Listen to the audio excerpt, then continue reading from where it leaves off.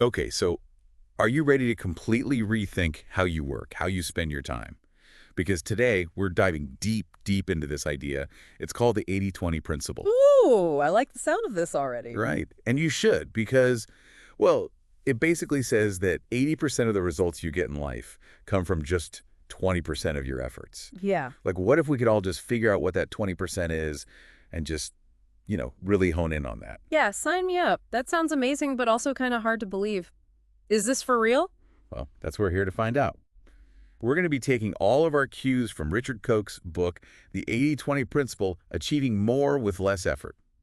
Sounds pretty good, right? Definitely So intriguing. I know it sounds a bit like too good to be true, but stick with us because we're going to break it all down. Yeah, I mean, 80-20, that's a pretty dramatic split. Like, is that really how things work out in the real world? Well, maybe not exactly 80-20 in every single case, but the Hmm. idea is that there's this imbalance. A small number of things are often responsible for a really big chunk of the results we see. Okay, that makes more sense. So, like, a few key actions are driving most of the outcomes. Exactly. And this idea, it's not new. It's actually been around for over a century. It's also called the Pareto principle, named after this Italian economist, Vilfredo Pareto. Back in the 1800s, he noticed that 80% of the land in Italy was owned by just 20% of the people.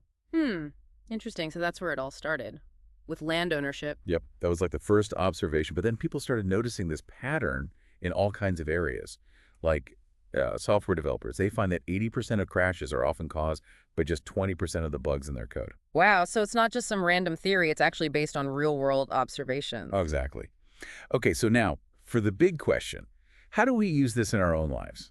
I mean, it's one thing to say 80% of sales come from 20% of clients, but how do you actually figure out who those top 20% are? Right, right.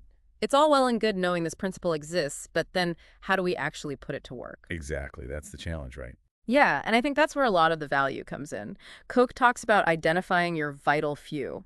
It's like those key clients, tasks, or activities that are really driving most of your success. But it's not just about finding them, it's about understanding why they're so important. Like what makes those specific clients so valuable or what makes those specific tasks so impactful.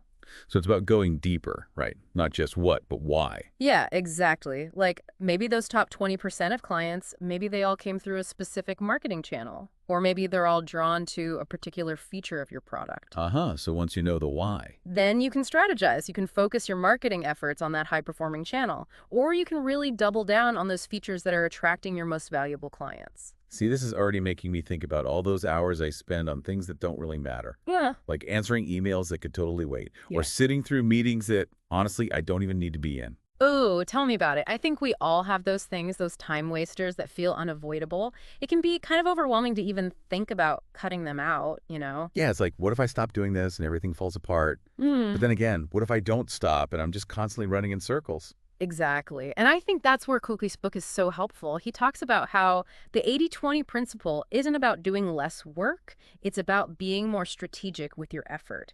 It's recognizing that not all tasks are created equal and that sometimes letting go is the key to, well, to actually getting more done. Hmm.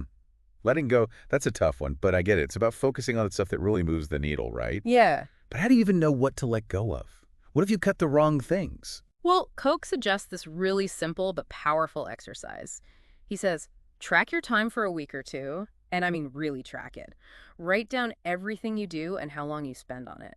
Then look for those patterns. What are the activities that consistently deliver the biggest impact? And which ones are kind of sucking up your time without giving you much in return? That's actually a really good idea. I never thought about tracking my time like that. But I can see how it would help you figure out where you're wasting energy. Absolutely. And the cool thing about this principle is that it applies to so much more than just work. It can work for your relationships, your health, your hobbies, everything. Yeah, I was just thinking that. Like, maybe 80% of the arguments you have with someone come from, like, 20% of the same recurring issues. Exactly. Or maybe 80% of the enjoyment you get from a hobby comes from 20% of the activities within that hobby. Whoa, mind blown. Okay, I'm totally getting this now. Right. And the book actually goes even deeper. Koch talks about how 80% of your investment returns might come from just 20% of your portfolio. So it's like, are you putting all your energy into those high-performing investments, or are you spreading yourself too thin across the whole thing? Exactly. And I think that's a really powerful question to ask yourself in any area of life. So this has been super insightful. I'm starting to see how powerful this principle can be. But I have to be honest, I'm still a little intimidated by the idea of actually cutting things out. Oh, yeah, it's definitely a challenge. And I think it's important to remember that it's not always about complete elimination. It's more about prioritizing. Okay, so more like rearranging things. Right. Like, can you delegate some tasks? Can you automate others? Maybe there are things you can batch together to be more efficient. The goal is to free up your time and energy so you can really focus on those vital few things. Okay, that feels a lot more doable. Mm. So as we wrap this up, what's the one big takeaway you want listeners to remember? What's the most important thing about this 80-20 principle? Well, I think it's about remembering that it's not about perfection. It's about shifting your mindset. It's realizing that you don't have to do it all. You just have to do the right things. And a lot of times, those right things, those vital few, they're already there. You just have to find them. That's such a great point. It's like having a secret weapon for getting more done and actually enjoying life more in the process. Absolutely. Awesome. Well, thank you so much for breaking down this 80-20 principle with us today. I have a feeling everyone listening is going to be looking at their to-do lists, their relationships, maybe even their whole lives a little differently after this. I hope so. It's definitely a game changer once you start applying it. Absolutely. And for our listeners, if this idea has you intrigued, we highly encourage you to check out Richard Koch's book, The 80-20 Principle. It's packed with even more insights and practical tips on how to apply this concept to every area of your life. Until next time, happy prioritizing. And remember, focus on those vital few.